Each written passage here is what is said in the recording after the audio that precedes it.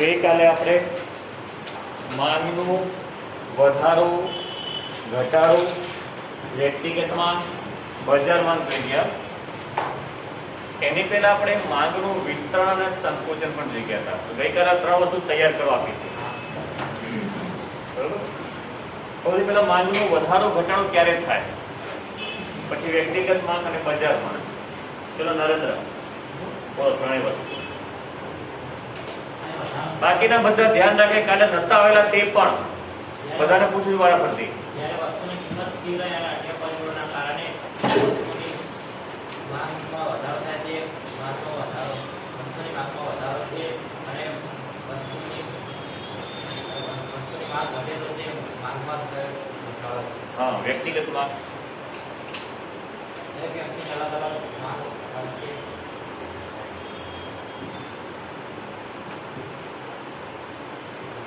ચલો છેલ્લી બેન્ચ 3 વસ્તુ બોલો છો.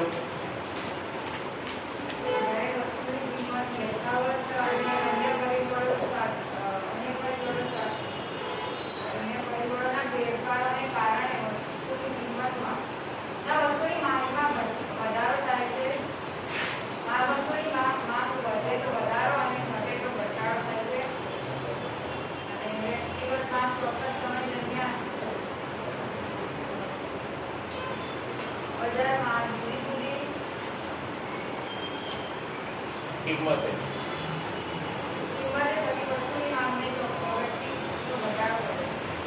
ફરીથી બોલી દઉં તો વ્યક્તિગત માંગ એટલે કોઈ ચોક્કસ સમયે એક વ્યક્તિ દ્વારા જુદી જુદી કિંમતે માંગ કરવામાં આવે છે તેને વ્યક્તિગત માંગ કહે છે. ચોક્કસ સમય, જુદી જુદી કિંમત, બે વસ્તુ અને એક વ્યક્તિ દ્વારા. ચલો બજાર માંગ બોલો. બજારમાં વ્યક્તિગત, બીજું કઈ યાદ રાખો, વ્યક્તિગત માંગના સરવાળાને બજાર માંગ કહે છે. બરોબર, બોલી જાવ એકવાર. વ્યક્તિગત માંગના હા, ચલો બેસો બોલો. ઘણી વસ્તુ ફરીથી જ્યારે વસ્તુની કિંમત બીજી બેન્ચ સીધા બેસો. જ્યારે વસ્તુની કિંમત સ્થિર રહે અને અન્ય પરિબળોના ફેરફારને કારણે વસ્તુની માંગમાં વધારો થાય છે, વસ્તુની માંગમાં વધારો થાય છે, વસ્તુની માંગ વધે સંદર્ભ તેને માંગમાં વધારો કહે છે અને વસ્તુની માંગ ઘટે તો તે ઘટાડો છે. માંગનો ઘટાડો કહે છે. હા, વ્યક્તિગત માંગ તો જ્યારે ચોક્કસ સમયે ગ્રાહકે જુદી જુદી કિંમતે ખરીદવાની માંગને વ્યક્તિગત માંગ કહે છે. જ્યારે બજારમાં વ્યક્તિગત માંગના સરવાળાને બજાર માંગ કહે છે. ચલો કૃષ્ણ.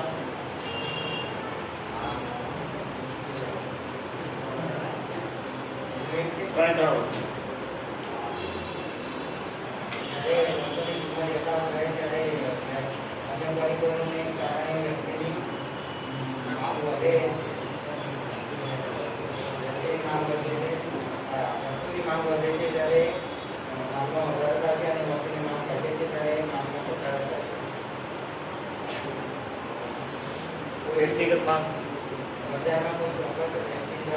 ચોક્કસ વ્યક્તિ નહીં, ચોક્કસ સમય.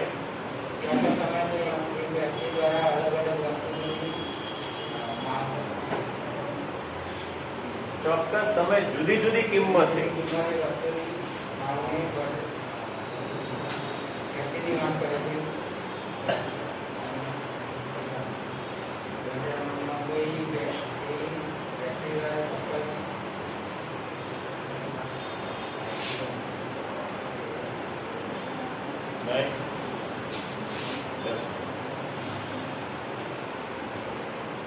ચલો છેલ્લી બેન્ચ આવડશે.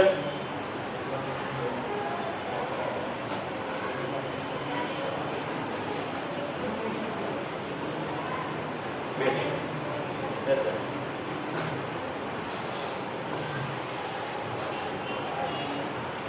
વસ્તુની કિંમત સ્થિર રહે છે અને પરિબળોને કારણે માંગમાં વધારો થાય છે, તેને માંગમાં વધારો થાય છે અને માંગમાં માંગ વ્યક્તિમાં ઓછી છે. ચોક્કસ સમયે એક વ્યક્તિ બજારમાં જુદી જુદી કિંમતે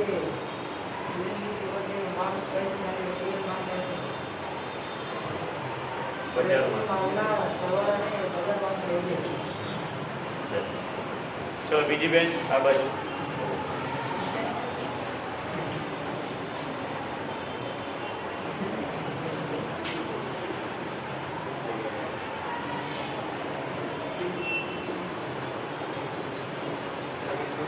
પહેલી બેન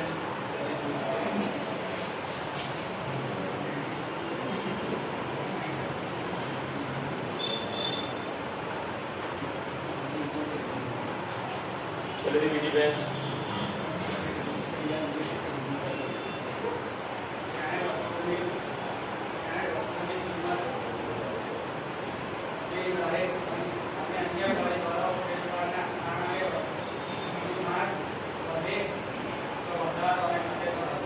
બરોબર. વ્યક્તિગતમાં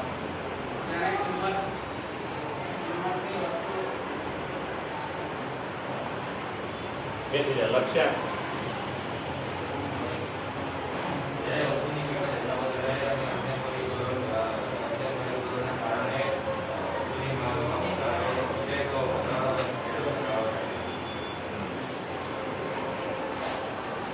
વ્યક્તિગતમાં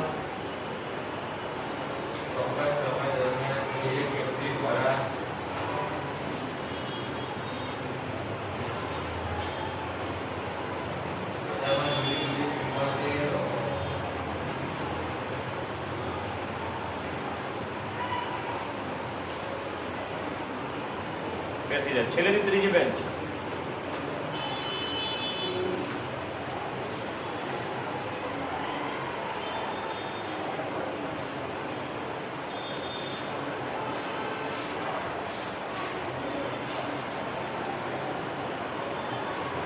એનાથી આગળ ચોક્કસ સમય દરમિયાન કોઈ વ્યક્તિ બજારમાં જુદી જુદી કિંમતો બધી વસ્તુની માંગ કરે. વ્યક્તિ માંગ કરે. બજારમાં માંગના સરવાળા બજારમાં કરે.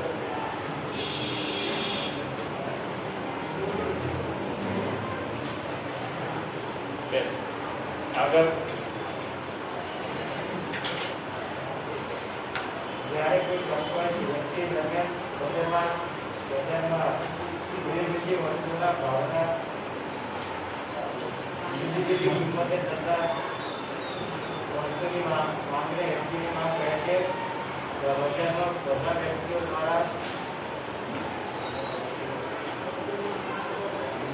બાજુમાં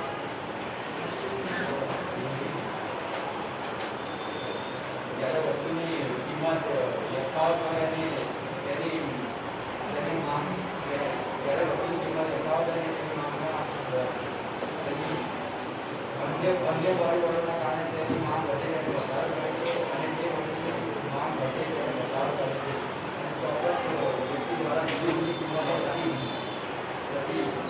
વસ્તુની માંગને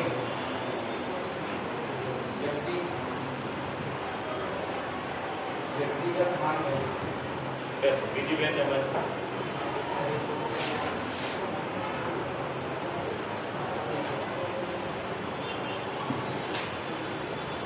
પહેલી બેન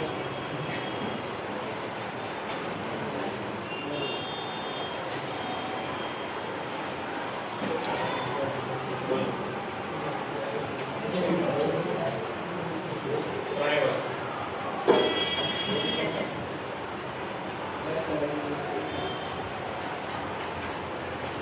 તમને શેના માટે આવતી ખાલી જગ્યા પૂરવા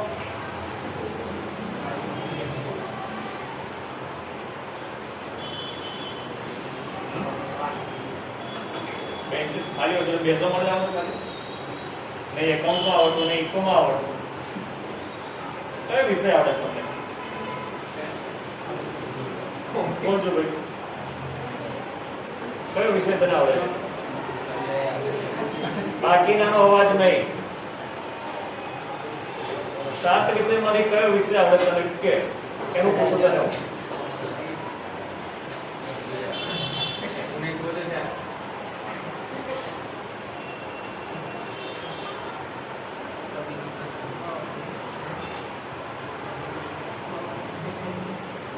કયો વિષય આવડે 7 વિષયમાંથી?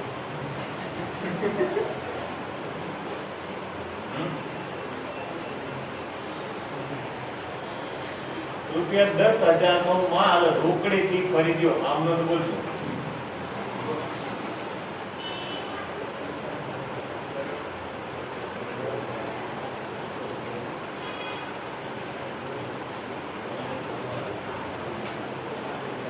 બોલજો.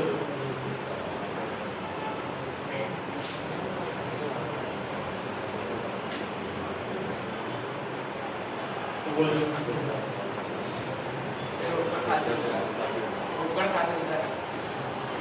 પછી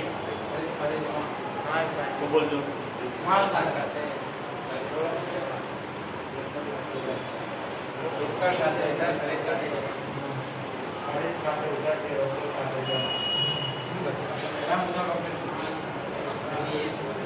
આટલું નહીં આવડું સિમ્પલ.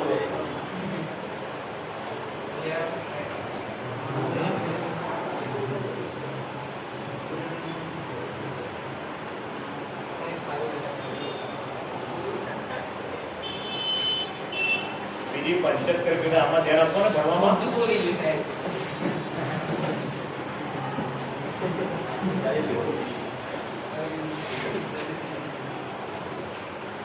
બેસો.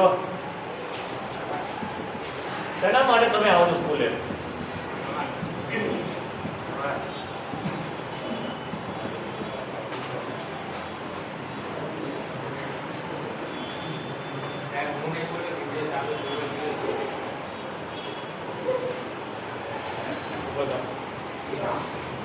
બોલ ચાલ ત્રણેય વસ્તુ. માંગનો નિયમ બોલી જા. પણ હું નહીં બોલ્યો વિડિયો ચાલુ. માંગનો નિયમ બોલ. મેં પૂછ્યું તને. નહીં આવે.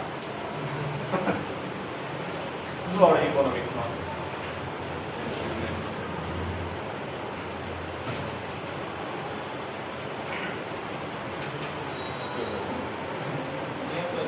પોતા પણ માંગનો નિયમ બોલ.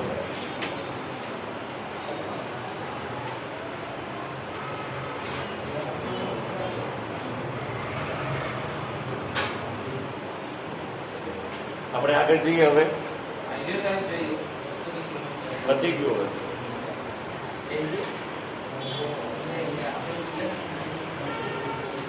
પેજ નંબર 27 ઉપર માંગની સાપેક્ષતા. માંગની સાપેક્ષતા એટલે શું? કિંમત અને કિંમત સિવાયના પરિબળો માં ફેરફાર થવાથી માંગમાં કેટલો ફેરફાર થાય છે તે જે નક્કી કરવામાં આવે છે તેને માંગની સાપેક્ષતા તરીકે ઓળખવામાં આવે છે. અહીં આગળ અત્યારે માંગનો નિયમ જોયો આપણે, વિસ્તરણ સંકોચન જોયું. એની અંદર કિંમતમાં કેટલો ફેરફાર થવાથી માંગમાં કેટલો ફેરફાર થાય છે તે ખ્યાલ નથી આવતો.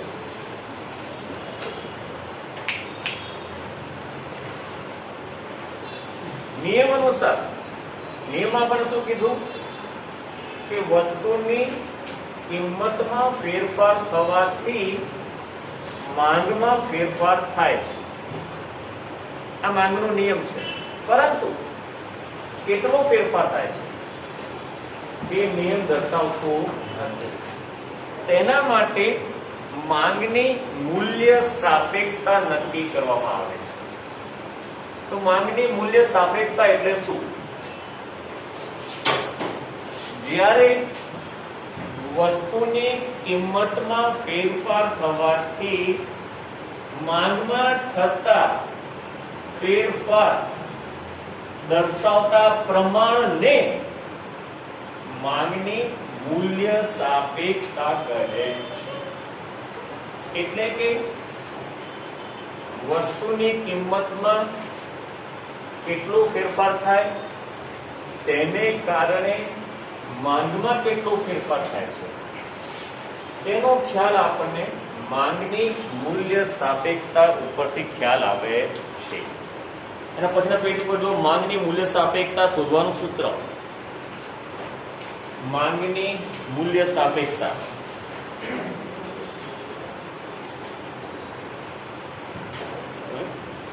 જ્યારે કોઈ એક વસ્તુની કિંમતમાં ફેરફાર થવાથી તે વસ્તુની માંગમાં કેટલો ફેરફાર થાય છે તેનું આપણને પ્રમાણ એ માંગની મૂલ્ય સાપેક્ષતા ઉપરથી મળે છે. સૂત્ર જોઈ લો એકવાર. માંગની મૂલ્ય સાપેક્ષતા યાદ રાખજો વસ્તુ.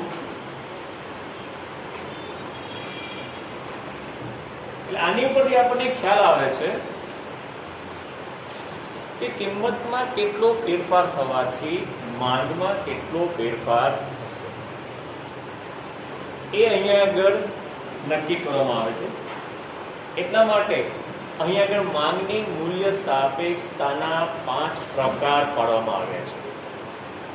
5 પ્રકાર આપણે યાદ રાખવાના છે. એક એક વસ્તુ યાદ રાખવાની. જો સૌથી પહેલા માંગ એટલે શું, એના પછી માંગને અસર કરતા પરિબળો, ત્યારબાદ માંગનો નિયમ, ત્યારબાદ માંગનું વિસ્તરણ સંકોચન, માંગનો વધારો ઘટાડો, વ્યક્તિગત માંગ, બજાર માંગ, અને એના ઉપરથી આવે છે માંગની મૂલ્ય સાપેક્ષતા. અહીંયા આગળના બધા પાઠોની અંદર દરેક વસ્તુ અલગ અલગ આવતી હતી. અહીંયા આગળ માંગને આધારે બાકીની બધી રચના કરવામાં આવે છે. માંગનો નિયમ બધું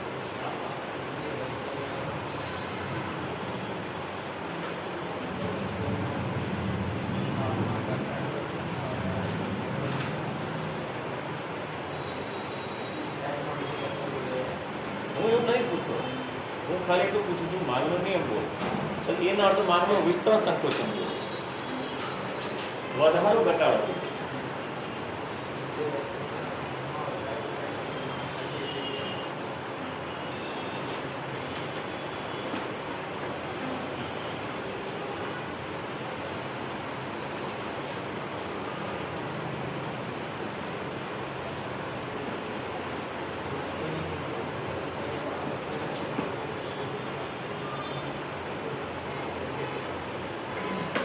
શું વાંચ્યું? ફરીથી વાંચો.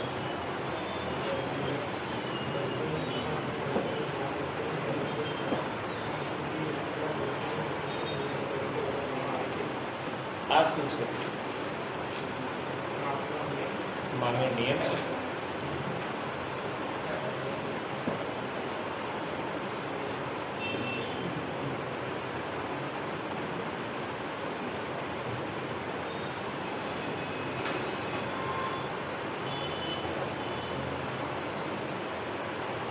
એના પછી વાંચ. માંગનો નિયમ કરી ગયો, એના પછીનું વાક્ય વાંચ.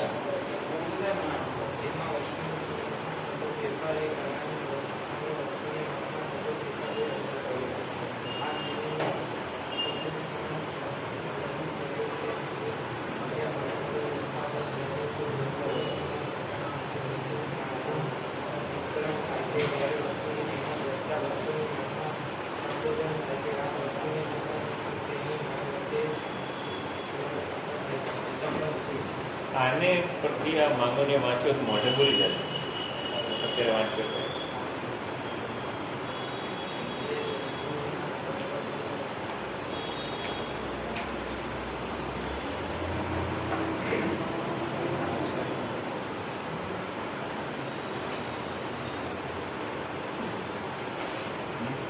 આટલું કે વાંચ્યું ને એમાં મને ખબર નથી પડતી કે માંગનો નિયમ ક્યાં આવ્યો.